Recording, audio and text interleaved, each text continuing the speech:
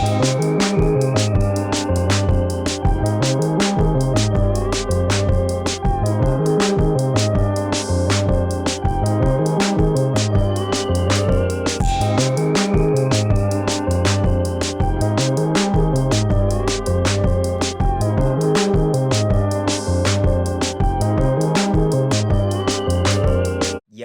what up, everybody? Welcome back. It's your boy Kenny coming to you solo dolo today. Thank you for joining us here at Fandom Frequency. Make sure you smash that like button, all that jazz, and get with us as a part of the community and click that subscribe button, guys. We're trying to grow the community itself here at Fandom Frequency all over social media and just in general, guys. We're really trying to grow that stuff. So make sure you get in on it. We got the Fandom Holiday giveaway that's going down. By the time you see this, it should be right around the holidays, right? But somewhere Christmas weekend, I guess. And we are going to be doing a giveaway all the way till New Year's at 11:59 p.m. If you're the 50th subscriber to Spider-Man No Way Home tickets for free, straight for you. And if you're the 100th subscriber, because that's the ultimate goal, and you send us a screenshot of that or being the 50th, but mainly if you're the 100th subscriber and you send us a screenshot, we're going to give you 2 PS4 games, which is going to be Jedi Fallen Order and Grand Theft Auto 5, and you're also going to get the No Way Home tickets. Don't miss out. Hashtag Fandom Holiday giveaway. Get on it. Subscribe to the YouTube right here, and make sure you get on that. If you're listening on the podcast feed, jump on over to YouTube, click subscribe, check out the video content we do, which is based off of all the audio episodes we do, but we also have exclusive content. Don't miss out. With no further ado, let's get into the main topic, what you clicked the video for. My top 10 anticipated flicks of 2022. So used to saying 21. 2022, my top 10 anticipated flicks. But before we get into that, here are a few honorable mentions that I wanted to make sure I mentioned before we get into my main list here, because there's some trailers I saw that were pretty cool overall, but weren't necessarily something that I'm like dying to see, but I'm probably going to check them out because the trailers kind of impressed me a little bit. Starting off with Sonic 2. Very, very surprising on that one because I haven't even checked out the first film with Jim Carrey and all them, James Marsden and whatever. But the second film right here, this trailer, definitely has a much cooler vibe to it. Really harkens back to what I remember from the cartoons, the comics, and video games, because I was a huge Sonic fan growing up. So this looks a lot more akin to what I thought a live action-ish sort of, hybrid with animation kind of movie would be. Him getting down, saving people, going on missions against Dr. Robotnik, who wants the gems for the secret power that they have. Knuckles is coming in and having a conflict with Sonic a la BVS style. How can you not love that? So all of that stuff is so fun, and I just hope that they actually pull it off. You got Idris Elba as Knuckles. You got Tails coming in. So I hope everything comes together and it is a much funner and cooler sequel than the original film seems to be. I'm going to go back and check it out and get kind of prepared for this new one coming out in April, I believe, of 2022. So just an honorable mention, something I'm pretty sure I'm going to check out. And another one is The Northman, which is Robert Eggers' next film, who's famous for doing The Witch, most notably, geez, can you talk? He's most notably known for directing the film The Witch, and he also did The Lighthouse. I wasn't as big of a fan of The Lighthouse, but I really loved The Witch, so I definitely dug this trailer for The Northman, though. Has some really great actors and actresses in it. Alexander Skarsgård, Anya Taylor-Joy, plenty of great... Willem Dafoe, one of my all-time favorites right there. So many great actors and all that, and it's like a revenge... kind of period piece thing, but it's like this revenge thriller, and it's really like going for it, and it seems kind of accurate to the times of like Vikings or whatever it's really going for. So I'm actually pretty interested in that film. I was already interested because it's him making another film, but I did lose some anticipation because I wasn't as big of a fan of the Lighthouse. So if he can go more for the witch and give me a more compelling and satisfying story throughout while being a little bit ambiguous and weird, that would be a little better than just being weird for the sake of being weird, as it felt to me for a lot of the majority of the runtime of the Lighthouse. Just didn't seem to build towards anything. Great acting, great direction overall, really great performances and great cinematography and style overall. Really unique with the black and white with that weird aspect ratio, but this feels a little bit more akin to The Witch and something completely different at the same time from his usual filmography. So definitely had to mention that. And the last one's going to be Scott Derrickson's next film, The Black Phone. It was supposed to come out in February of this year after all the previous delays from all the pandemonium and whatnot, but now it just got delayed again till summer of 2022. So when that drops, I'm definitely going to be checking it out because I really dug the first trailer that came out. Really loved the premise of these victims of this really fucked up serial killer are able to communicate with the current kid that was kidnapped and able to kind of coach him through the process and help him to escape and kind of enact revenge on this guy. So it's kind of like a supernatural revenge crime thriller. I don't know what to really describe it as, but it's kind of a blend of all those things. So definitely interests me quite a bit. And the microphone's falling down. And yeah, so it definitely interests me quite a bit. But overall, didn't want to put it on the top 10 necessarily because it's not as anticipated for me as some of these other films, such as getting right into it. Number 10, Nope, Jordan Peele's next film. Now, I didn't like Us quite as much as Get Out, but I still really enjoy both films. Really love Get Out. That's literally one of my favorite films of the last decade for sure. I thoroughly enjoyed Get Out from top to bottom my first time going in. There was a lot of hype. It was, a lot of like praise going on, a lot of hype going into it, but I thought overall he really delivered for the most part on that. And it was a really cool, fun, compelling story. Something sort of what we've seen before, but something a little more different and fresh for the horror thriller genre at this time and at this place where we are in America and in the world today in general, regardless of what side and what place you're coming from. It's all relatable, truthful stuff that's kind of somewhat going on in America today, but with that heightened horror story to it. Just like Us, I just thought some of the plot twist and some of the other plot elements of that film don't land quite as well as Get Out because Get Out was just a bit more simplistic, a little more realistic in a sense. And if realistic isn't quite, or it had more realism to it without being completely realistic, obviously. But it just, you could buy into the story a little bit more. It's more simplistic. It's not as far-fetched to me as the whole clone stuff that's going on in the Switch that she wasn't aware of until later and all this stuff. Lupita Nyong'o's character in Us. But still a very cool film overall. I did enjoy it quite a bit, but just some of the plot twists and plot elements don't quite land for me. But we don't know a lot going into Nope, but I'm still going to be excited every time Jordan Peele drops some new content. So I definitely had to throw that on the list. It's right here on the anticipated list of 2022 at number 10. Going right into number 9. Number 9, Aquaman 2. Aquaman in the Lost Kingdom or something like that, I believe. And I'm definitely excited for it because I was a fan of the original Aquaman from my boy James Wan. It is a little bit sloppy in certain parts. It isn't the best comic book film of the genre. It isn't the best film of that genre by a landslide necessarily. But I just thoroughly enjoyed it for the most part, man.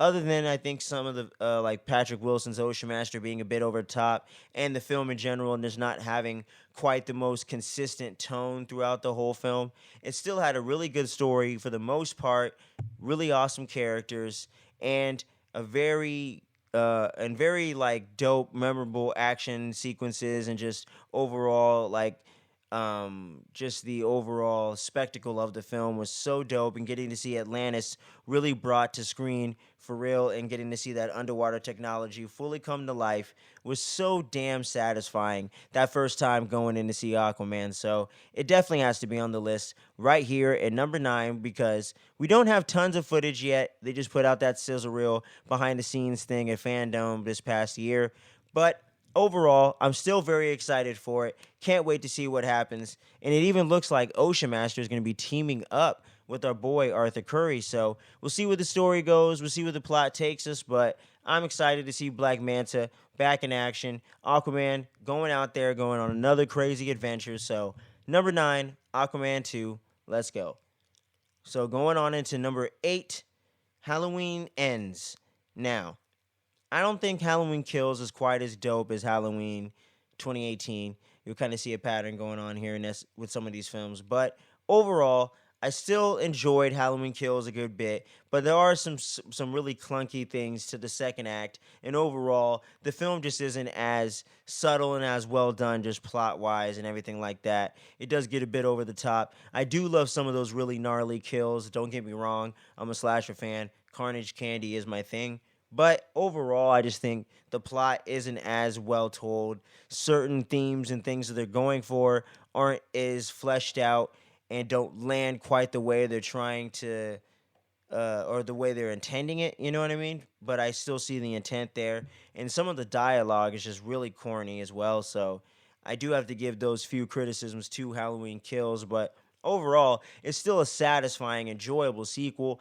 I just wouldn't say it was a slightly disappointing sequel though, but it was a mostly satisfying but a little disappointing at the same time. So a very mixed bag for me, but Halloween Ends is still something that I have to see as a horror fan. I got to see the conclusion to David Gordon Green and Danny McBride's trilogy, so I had to throw it on the list, man. I got to see what the hell Michael's going to do. Got to see this final confrontation with Laurie, so it's going to be interesting, but overall, it's coming in at number 8. Number 7 is going to be Thor, Love and Thunder, baby. Now, of course, as you guys already know, I'm a huge MCU fan. We're big MCU fans here at Fandom Frequency, but overall, man, we haven't seen any footage from the film yet. We just know a few plot details, as in Jane, what's her last name? Jane Foster's back, and she's going to be Lady Thor in this one. Valkyrie's back as well, and we got Gore the God Butcher or something like that, I believe is his name, or I can't remember. I can't remember his name, but he's the God Butcher. He's going after gods, trying to kill him and shit. Played by none other than Christian Bale. So that's going to be going down. So we only have a few characters, not a lot of plot elements to it, except also the fact that the Guardians are supposed to appear in it. So that's cool. But other than that, not a whole lot going on so far plot wise. We don't have any footage or images or trailers yet. So until we get that stuff, it's not going to necessarily rise in my anticipation. But how could the follow up to Thor Ragnarok, one of the most kick ass Marvel films of all time? Come on, man. You got Zeppelin up in this piece, hella giant wolves. Shit is going down, man. Like, I love Thor Ragnarok. It does get a little too silly at times when they need to pull back and really give you that emotional punch with the seriousness, but overall, the movie's dope and kick-ass, top 10 MCU stuff. So I am super excited for Thor Love and Thunder, so it has to be on this list, just not quite as high up as some other things. But overall, number 7 is going to be Thor Love and Thunder. Number 6, Doctor Strange, Multiverse and Madness, baby. Sam Raimi coming up into the MCU. How could you not be excited for that? And when it comes to Multiverse of Madness, we just got our first initial trailer, more of a teaser trailer, really, at the end of No Way Home. So, spoiler alert for that, obviously. But we just got that. The trailer dropped online, so we definitely know America Chavez is in the film. Wanda is possibly an antagonist. We don't know yet, but Doctor Strange goes and tries to recruit her, as we see in the trailer. Shuma Gorath could be in this thing, or it could be some other weird mystical beast, but some crazy shit's going down in this one, man, for sure. We got what looks like Supreme Doctor Strange from What If episode 4 and all that, and it looks like things got out of hand, like he said in the trailer. The multiverse has gone crazy as fuck. We're going to get some crazy cameos according to the rumors, and I really dug the trailer overall. I really like the footage. There's a little bit of that horror thriller vibe to it, but it still feels like that MCU stuff that we know. So it's going to be very dope and so fun just to see what cameos and different things from the multiverse play into this. Is Kang going to show up? The possibilities are endless for Multiverse of Madness, man. So of course it had to be on the list, especially since we got some footage. We know Baron Mordo's back and all those different things. Wong looks like he's getting fucked up pretty bad there, and it looks like our girl Wanda's really getting down with magic. So I'm very excited for it, man. How could it not be on the list? Number 6, moving right into number 5. Clerks 3, baby. Clerks 3. Snoochie Boochies. We're back in the View Askew universe. Thank God. And right after Jay and Silent Bob reboot, we're back with our boys, Clerks 3. And in this one, they're going to be making a film about being clerks. So there's this whole meta angle coming back into what is now the Clerks trilogy. And if you guys didn't know already, I'm a huge Kevin Smith fan. I love his filmography. I have a good portion of his films right there on that shelf. I love his films, man. All the way from Mallrats, Clerks 1 and 2, obviously, Chasing Amy. I love most of his filmography, but mostly View Askew stuff.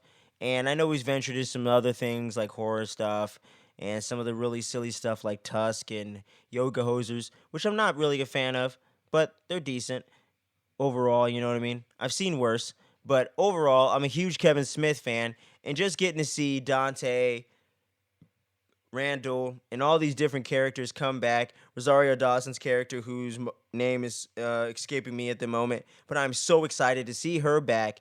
Seeing them make a film within a film is going to be so fun to see. We don't have a release date yet, but for the most part, and for now, it does appear to be confirmed for 2022. So I'm definitely going to throw it on this list. But it can't be any higher, and it could shift some things depending if it gets delayed or not. So for now, since it seems to be coming out in 2022, Clerks 3 at number 5. Going right in to number 4 is going to be Black Panther, Wakanda Forever, baby. Wakanda Forever. And we don't have any footage for this yet either, or any images or anything, but we know some big stuff is going to go down, especially in light of the unfortunate passing of Chadwick Boseman. You know what I'm saying? All respect to all respect to him and his family right there, man. Much love to all you guys out there and everyone in his family during this holiday season, for real though. And it's going to be very interesting to see where the MCU, where they're going to take this in light of all that crazy tragedy stuff going on, and just the fact that there was already obviously plans for the sequel already. So it's going to be interesting to see with the rewrites and the way that they had to change up things, due to the fact of the pandemonium, the unfortunate tragedy, and the reshoots and the shifting of the release dates in general. So it's going to be very interesting to see once that first trailer drops what we are in store for, but there's no way I couldn't put it on this list, and it is one of my most anticipated movies for next year. No matter what the trailer is, I'm still over the moon excited to see the official sequel to Black Panther, because I definitely love the world of Wakanda overall. I love all the side characters and the other people that were introduced in Black Panther overall, so it had to be on this list. It's one of my most anticipated. I can't wait to see some footage. It's going to be amazing, but it did get pushed back to November, so we're going to have to wait a while in 2022. It's almost a year from now, but I cannot fucking wait. Wakanda Forever, number 4, rolling right into number 3, Across the SpiderVerse Part 1, which is, of course, the Into the SpiderVerse sequel that I have been super excited for since they announced it a year or two ago, and I cannot wait to see what's going to go down with Spider-Man 2099. We know Japanese Spider-Man from the old school live action stuff in Japan is going to be dropping in this thing, and there's so many crazy rumors going on that, like, every cameo you can imagine, including Tom Holland, is going to be going down excuse me, in this movie. Excuse me, sorry. So it's going to be really crazy to see what exactly goes down. And now that this is going to be a two-parter, that just really makes it seem that this is going to be so epic and even more epic than the last film just based off of that. And we still don't really know any concrete plot details other than the fact that Spider-Man 2099 is in it and Spider-Gwen is back. So it's so fun and interesting and exciting to see that we kind of don't really know much of anything, but now there's so much implications and potential for so much more. So I cannot wait to see the first full trailer and just what the hell that Lord and Miller and co. have in store for us in the Spider-Verse. Across the Spider-Verse Part 1, of course, is going to be on this list. How could it not be when it's one of my all-time favorite Spider-Man films, as you'll be seeing soon on my Spider-Man ranking by the end of this year. So keep your eyes peeled for that. But Across the Spider-Verse Part 1, number 3, rolling in to my number 2 most anticipated film of the year for 2022. Man, it was so hard to pick between 2 and 1, but I could have flip-flop it, really. I really could flip-flop it, but if I have to make a final decision for now, I'm going to have to go with this right here. The Batman, Matt Reeves' next film, Something in the Way. Come on, man. It's the Batman, back in action, year 2, not year 1. Batman's fucking people up. We got Zoe Kravitz, Catwoman, Colin Farrell as Penguin. Everyone looks great in the trailer. Paul Dano is the Riddler. He looks terrifying on some Zodiac killer shit. And I've heard this movie described as a horror film. It's pulling from Long Halloween and Batman Hush, two of my favorite Batman stories of all time in the comics, other than a couple other things that are also teased for the future with Easter eggs in this thing. There is so much potential with this film. Both trailers have been phenomenal. Everything I've seen from this movie looks great.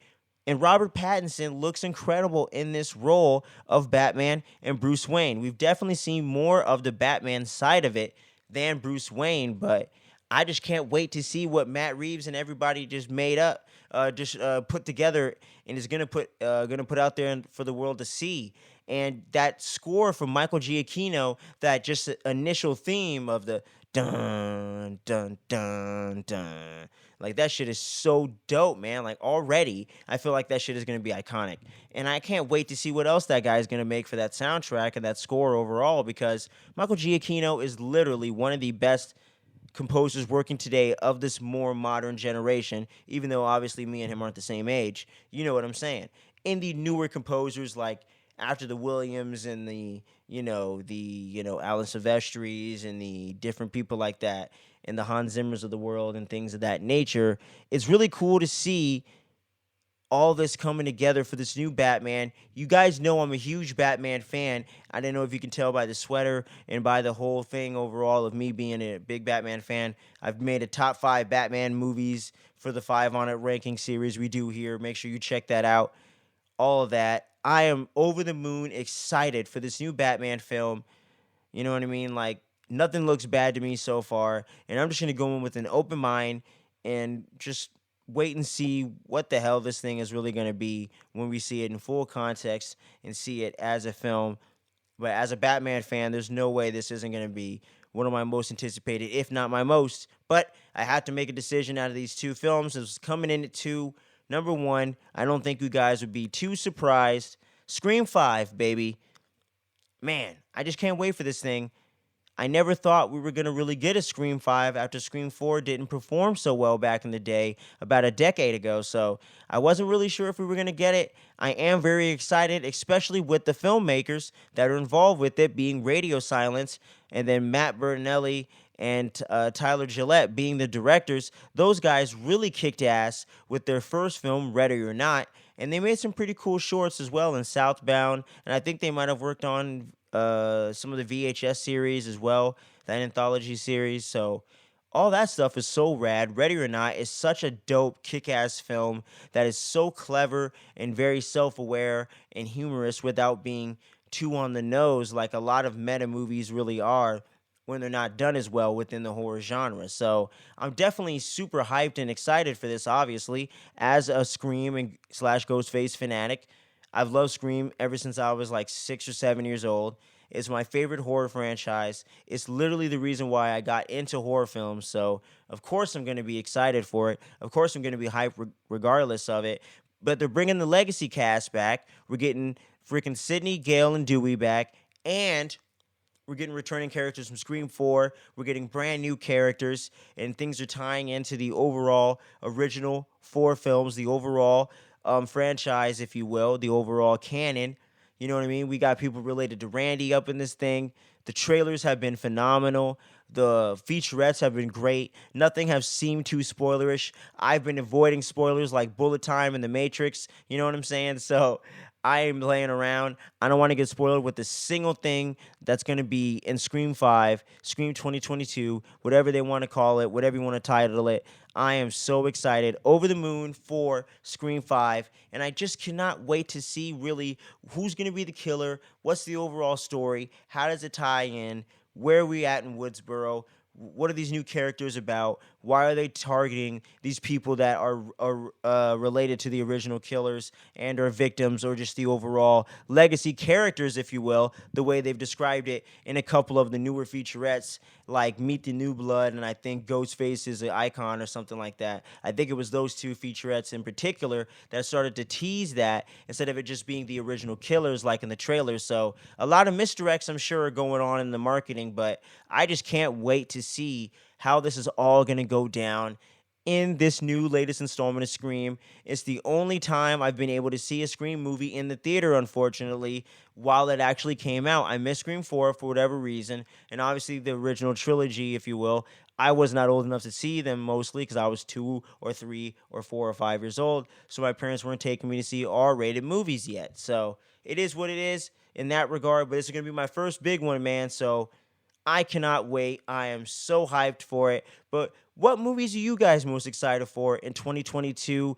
Drop your list below, but don't just give me a top 10 list. Tell me why. Tell me what movies do you not care about as well. And just let me know all of that good stuff, man. I want to get into a dope discussion with you guys in the comments section below. And if you're listening on the podcast feed, thank you for tuning in there as well. Make sure you keep clicking those downloads and sharing us on the social media so people know to come check out our feed and know it's a cool place to come get some dope content. So until the next time we see you guys, make sure you have a great holiday and New Year. Merry Christmas and all of that. And we cannot wait to see you on the next episode. But until we do, enjoy the rest of this holiday season. Stay tuned. Don't sleep. Much love. Peace.